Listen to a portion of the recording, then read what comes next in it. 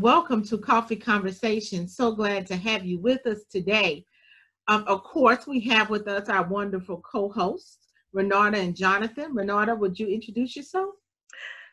Hello, I'm Renata Moy, Chief Communications Officer of the Cumberland County Schools. And I'm Jonathan Franz, Social Studies Curriculum Specialist for Cumberland County Schools. And I'm Marquina George, the Family Engagement Specialist for Cumberland County Schools. Today, our special guest that we are so familiar with, but so glad to have her because she always brings valuable information, Dr. Mellotta Hill, Assistant Superintendent of Elementary Instruction for Cumberland County Schools. Dr. Hill, thank you so much for joining us today. Thank you so much. It's good to always be in your company. Thank you. So today we are going to discuss a hot topic, and that is tips for parents for remote learning. Cumberland County Schools will start remote, as we know, on August the 17th. And we want to make sure that we supply you with information that you need in order to prepare. So today's conversation is going to be tips for parents in order to get the school year off to a great start. Okay? We are going to go ahead and just jump right in. Dr. Hill, we talk all the time in adult professional space about work-life balance. And now our students are beginning some home learning at the start of a school year, unlike what we've had in any years in the past. So can we talk a little bit about what home learning balance should look like for students and families? Most definitely. We all know that this year is unlike any other year of an opening to the start of school. Oh, yeah. We're having to adapt to some very different situations and expectations. Parents, their families have been tasked with creating a learning environment at their residence. Typically, students would go to school and they could focus on school, what they were going to wear on the first day, and put everything else aside. It's a little different this year. And so therefore, we want to make sure our families understand that home is, our safe haven, our safe place where everything is right. I can't wait till I get home. Home is the place where we most enjoy being. So therefore, we want to make sure that families are understanding is there has to be a distinct line of a balance between the home learning and also the work learning. So therefore, when children are at home working, what are going to be those expectations? What are going to be the criteria? What's going to be the schedule? And then we need to make sure that we have some time for relaxation, social time, family time, dinner time. So there has to be a divide, and we have to be very clear about those expectations. Those are great points, but maybe elaborate a little bit. What is the conversation we need to have with our child about the seriousness of the experience we find ourselves in right now? And does that just apply to the elementary student? What about my student? What about the secondary student? Mr. Franz, it applies to all of us because all of us are wearing very different hats now. Some of us are being afforded the opportunity to telework and still be at home. And I'm having a conversation with some members in my family that when I'm at work, when I'm at my learning space at home, that's a very serious time because this is my job. Right. And I want families to have the same conversation with their students. My job, this is your job, because we're all having jobs in which we need to perform, and it's very different in comparison to what we're used to. And this has been a very hard transition, but we want to make sure that we're keeping at the focus that the safety and security and the well-being is at our forefront, and that's our very top priority for all of our students and their families, our teachers as well. But we have to be very clear that when it comes time, regardless of the level of where your child is, there is a time for you to perform your job, and you have to have some very set limits and expectations and some goals of how your job is going to be fulfilled this opening 2020-2021 school year. That's good. That's good. Now, let me ask you this, Dr. Hill. What are just some of those must-haves for virtual learning? Well, Ms. Moore, you have to designate that learning space. What is going to be the designated learning space? I wouldn't suggest, the bathtub. I wouldn't, designate that as your learning space. Be in an area where you're comfortable, but yet you're able to have some clear, areas around you where you can either put out your materials, have something to write with, and everything is right there at your disposal. So what is your designated learning space? And we all know that. I'm sorry. I'm sorry. No. I hate to interrupt you, but as you were saying that, I'm thinking about some photos that we've received from parents who have gone on and tried to make those spaces designated for their children. And jump in with me if you don't mind putting a tack in what you were saying there. But jump in with me. You notice this particular space. It's the child, as you mentioned, the materials are there in the bind and the clear case there. The child has a desk. And actually, I have to admit, one of my friends shared this with me. She actually went to a secondhand store and purchased a desk and a chair for her third grader, and set him up in the corner of the den. Joaquin, you see the next photo where people can kind of get okay. You notice there the corner. And I would also like to add, Renata, I'm not asking anyone to go out to the furniture store and purchase anything new. I want you to be very creative with those items that you already have on hand, or that you may come across at a yard sale. I found some very good buys at some yard sales. Oh yeah. And the thing about it is, we want the children to make it their learning space and to add their personal touch. My goddaughter, she's 8 years old, and she loves all of the Toy Story movies. So her learning space has some of her favorite characters from the toy store as her decorations. But that's her comfortable space. That's how she's made it unique, and that is working for her. And we have to make sure that we prioritize that we're not watching Disney right now. We are, in fact, getting done what you need to do as a learner, as a serious learner. Exactly. And I think with this particular space, when you mentioned watching Disney, the friend has it where the TV is nearby, but it's turned off. She has it where it can be turned off, but then she can sit across the room over in the kitchen area and be able to look over into the den to monitor, make sure that the young man is on task or what have you.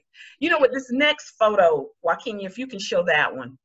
Okay, that's another one of that. Now, this was another photo that I had got my hands on, and you notice that this particular parent did a little more elaborate presentation for her young people. And evidently, you can tell there are multiple students that may very well be there, but nonetheless, just as long as it's a space, like you said, where they are learning and getting what they need to get, and they have that quiet and have their own little touches to make it feel like I'm getting ready to learn now. And Ms. Moore, I want to also put out there to our families, we understand that parents have to work, and we understand that everyone's situation is different and no two situations are the same. I had a conversation with a parent on yesterday who explained that they are a single parent and their job requires them to travel on the road a lot. And the parent was very eloquent in describing to me the learning environment, the learning space that he had created for his second grader, where he has a laptop stand in his car. He has connected with Wi-Fi in his vehicle, and he said this is going to be the expectation. So I want families to understand Our job is to make sure that each one of our students, we're aware of where they're going to be in their learning spaces and what their individual unique situations are. And whatever we can do as a school system to advocate and to make sure that we're meeting those families at their own individual need, that's something that we're going to take responsibility for and strengthen that tie between home and school. Because parents, the reality is, they have to go to work. Right. And so therefore, I want to challenge all of our leaders to make sure that they're peeling back the layers and actually having these detailed conversations and very deep conversations to let everyone know your learning space is not going to be an issue. Whatever is working for you in your individual circumstance, we're going to be here to support you. That's good. That's good. And you know what? I cut you off. You had a few more tips that you wanted to share. Also, you have to have your learning space, as well as it has to be the right learning space. As I said, please, let's not have anything in the bathtub or the shower or anything. Also, you have to have your device. And every child in Cumberland County schools, regardless of the grade level. Now, my pre-K babies, I haven't gotten them a learning device yet. So we're trying to transition our pre-K children into some developmentally appropriate materials.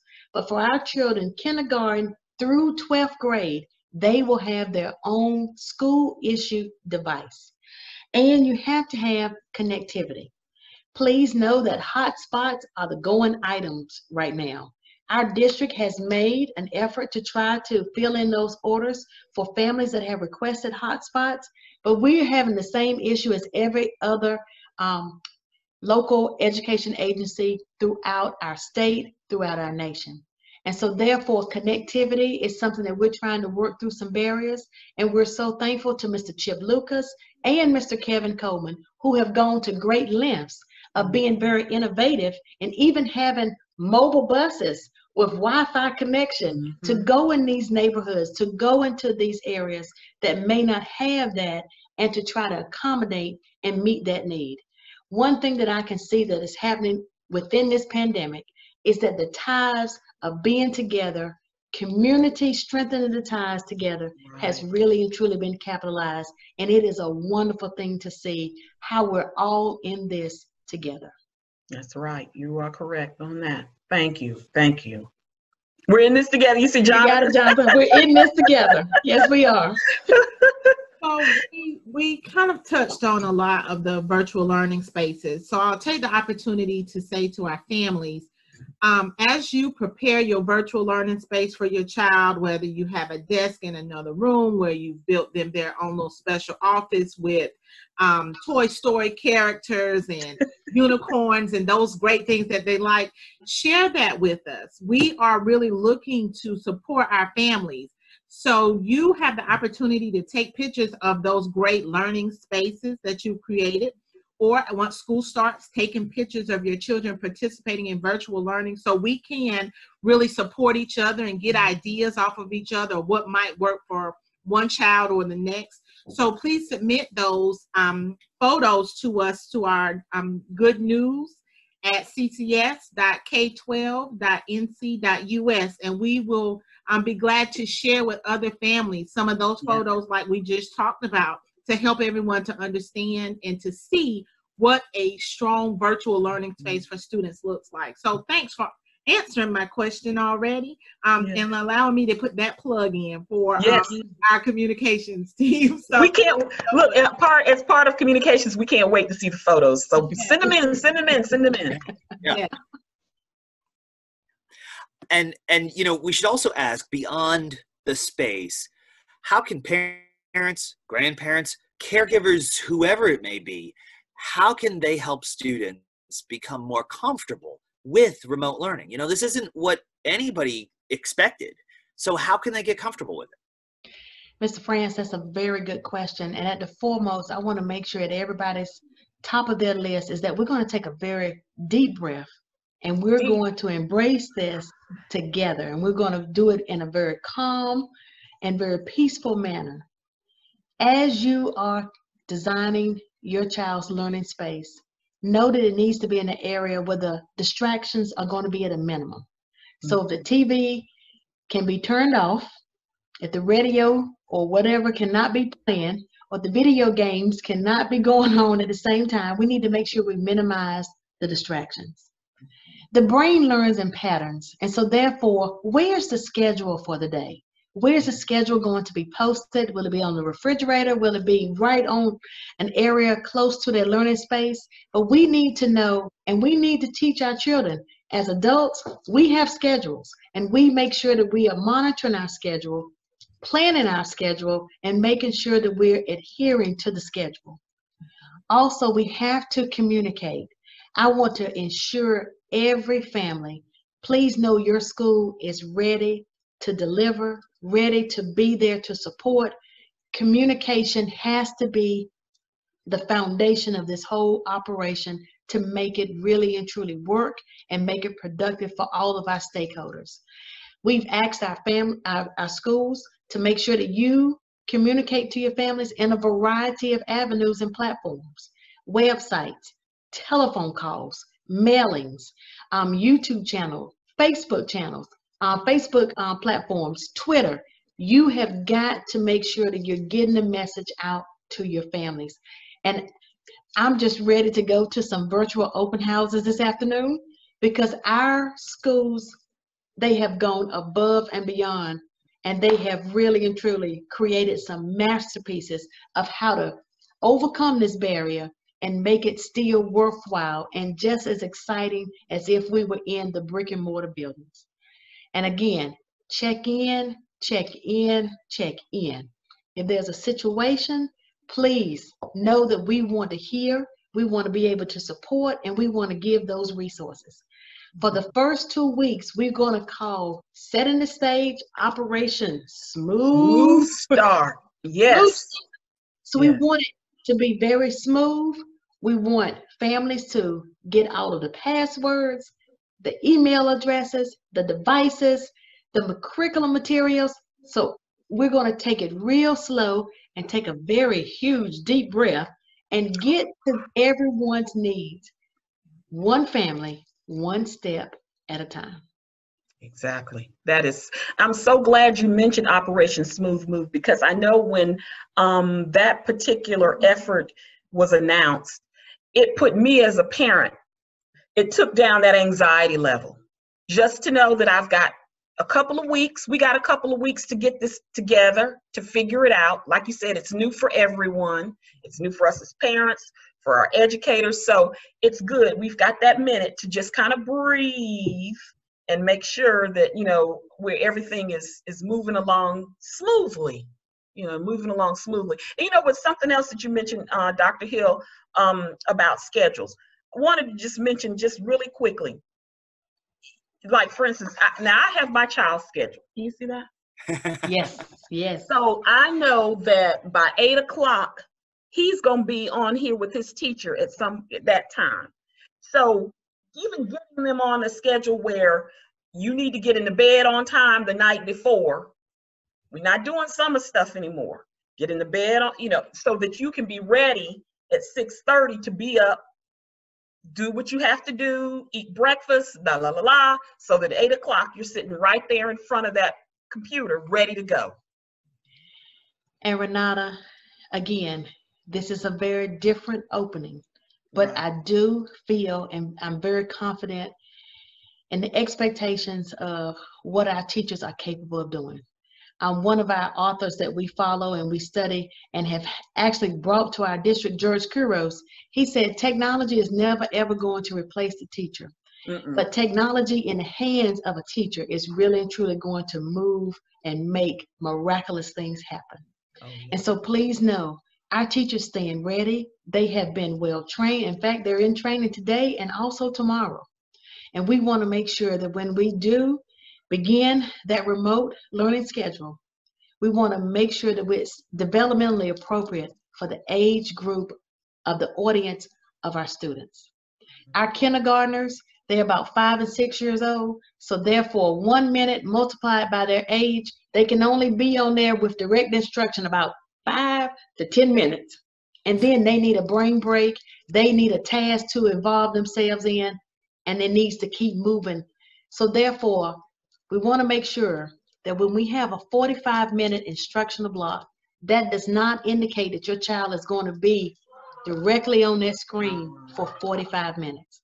It's not developmentally appropriate. It is not good practice, because we as adults, I have found out that I cannot stay on this computer for a long extended amount of time without having to take a break or stepping away from it. And so therefore our teachers are getting the district-wide remote learning expectations of what it is, and this is all research-based. And so therefore we're trying to make sure that we're setting up those parameters, we're setting up those expectations that are going to benefit our children. And I'm just ready to see it in action. Can't wait to see it in action. And I know there was something else that we had discussed prior, but you shared that with the daily schedules, how it's broken out so that they're not just clumped up. But that's what I wanted to mention as well, just the idea that with this, every minute still counts.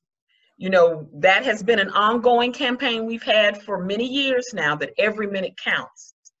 But every minute still counts, regardless of the fact that our young people are at home. We're looking for every minute. Every minute of instruction is very important. Renata, when we closed in March, we learned some very valuable lessons because there was an emergency closure. Right. We have spent from March up until now, over the summer, planning, revisiting, listening to our stakeholders of what worked and what were some opportunities for some much needed improvement. And we've taken that information and we have spent countless hours in trying to make sure that the program is going to, again, meet the needs, adhere to the standards being taught, and making sure that we're giving our students a full circle experience to continue their continuity of learning. And that's the bottom line. Right. Yeah. Thank you. Thank you. Thank you, Dr. Hill, so much for that valuable information as we get ready for Operation Smooth Start, which is our kickoff to the 2020-2021 school year.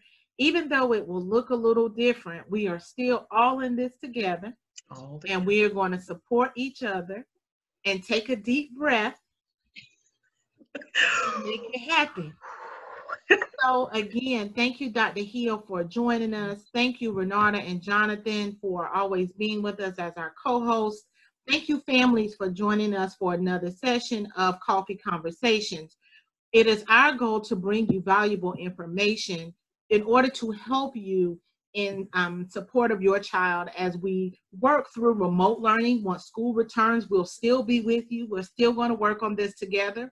Cumberland Family Academy is a part of our Cumberland County, Coffee Conversations is part of our Cumberland Family Academy, an initiative to make sure that we are engaging and involving our families in the preparation of education for their students. So thank you so much again for joining us. Next time, we have Coffee Conversations. Make sure you bring your coffee and we will bring the conversation. Have a wonderful day. Thank you all.